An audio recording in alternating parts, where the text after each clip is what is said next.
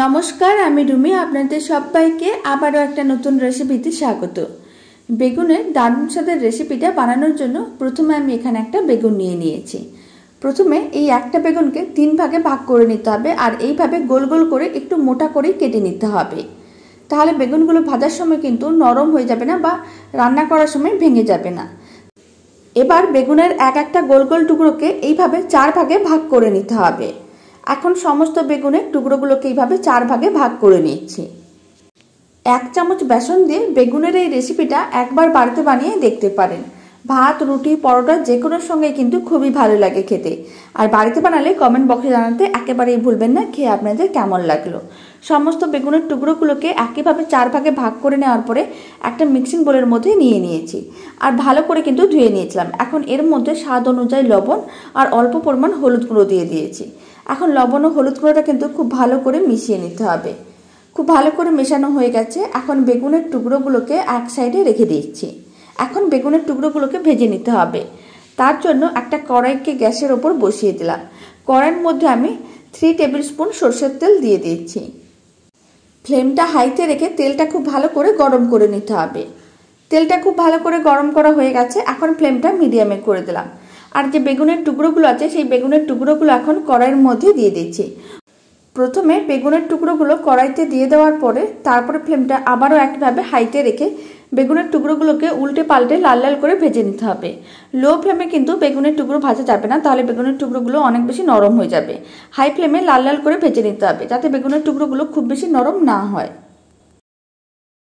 বেগুনের টুকরোগুলো কন্টিনিউ এইভাবে উল্টে পাল্টে লাল লাল করে ভেজে নিতে হবে।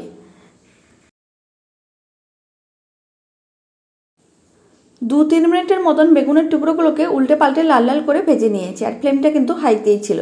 এখন যে বেগুনের টুকরোগুলো ভাজা হয়ে গেছে সেইগুলোকে কড়াই থেকে তুলে এক সাইডে রেখে দিচ্ছি। আর বাকি বেগুনের টুকরোগুলো একইভাবে উল্টে পাল্টে নিতে হবে।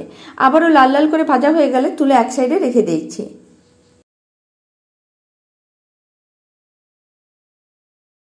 সমস্ত বেগুনের টুকরোগুলোকে তুলে এক সাইডে রেখে দিয়েছি। এখন কড়াইতে বাকি যে তেলটা আছে তার মধ্যে আমি 1 চামচের মতন পেঁয়াজ বাটা দিয়ে দিলাম। পেঁয়াজ বাটাটাকে 1 মিনিটের মতো নাড়াচাড়া করে হালকা লাল করে ভেজে নিয়েছি।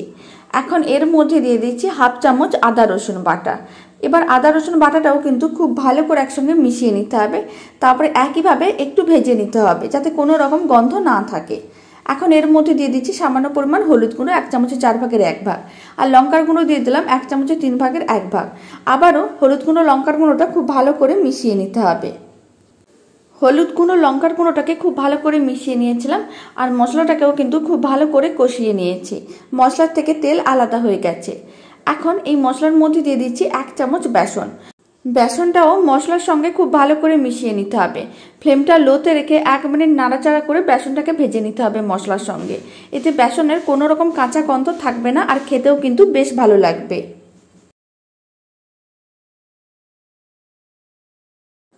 1 মিনিটের মতো নাড়াচাড়া করে বেসনটাকে ভেজে নিয়েছিলাম।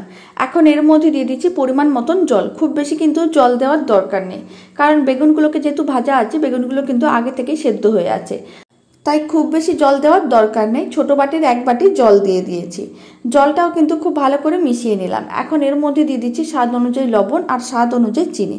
এখানে আমি 1/2 চামচের মতন লবণ নিয়েছি, আর 1 চামচের 4 ভাগের 1 ভাগ চিনি দিয়েছি। চিনিটা কিন্তু অপশনাল, আপনারা চাইলে দিতেও পারেন, নাও দিতে পারেন, তবে অল্প একটু মিষ্টি দিলে খেতে কিন্তু বেশ ভালো লাগে। আর দিয়ে দিলাম 3টে কাঁচা লঙ্কা। এখন সমস্ত কিছু খুব ভালো করে মিশিয়ে নিলাম। এবার ঝোলটা ফুটে ওঠা পর্যন্ত অপেক্ষা করব।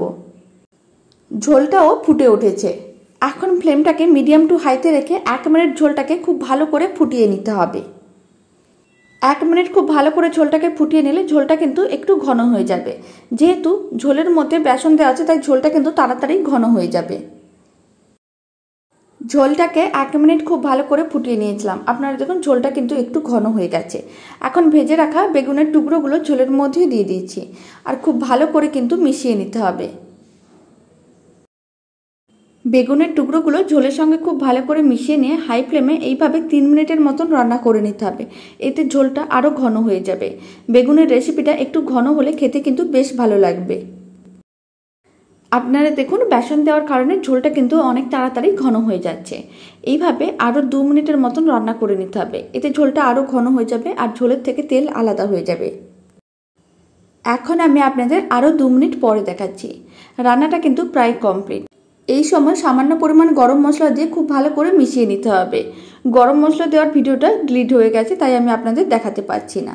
রান্নাটা একেবারেই কমপ্লিট। এখন একটা পাত্রের মধ্যে সার্ভ করে নিতে হবে। এখন একটা ছোট্ট কড়াইয়ের মতন পাত্র নিয়ে নিয়েছি, তার মধ্যে বেগুনের রেসিপিটা সার্ভ করে দিচ্ছি। ভাত, রুটি, পরোটা যে কোনো সঙ্গে খেতে কিন্তু ভীষণ ভালো হয়। বাড়িতে অবশ্যই একবার বানিয়ে দেখতে পারেন। আর বাড়িতে বানালে কমেন্ট বক্সে জানাতে একেবারেই ভুলবেন না খেয়ে আপনাদের কেমন লাগলো। আর রান্নাটির জন্য খুব বেশি উপকরণের প্রয়োজন পড়বে না, আর খুব বেশি সময়েরও প্রয়োজন পড়বে না। খুব কম সময়ের মধ্যে আপনারা বানিয়ে ফেলতে পারবেন, আর খেতেও কিন্তু ভীষণ ভালো হয়, আর বাড়িতে থাকা মাত্র কয়েকটি উপকরণ দিয়ে। তো চলুন, ভিডিওটা আমি এখানেই শেষ করছি। আপনারা সবাই ভালো থাকবেন, সুস্থ থাকবেন। আপনাদের সঙ্গে আবার নতুন রেসিপি নিয়ে দেখা হচ্ছে। আর বাড়িতে বানালে কমেন্ট বক্সে জানাতে একেবারেই ভুলবেন না খেয়ে আপনাদের কেমন লাগলো।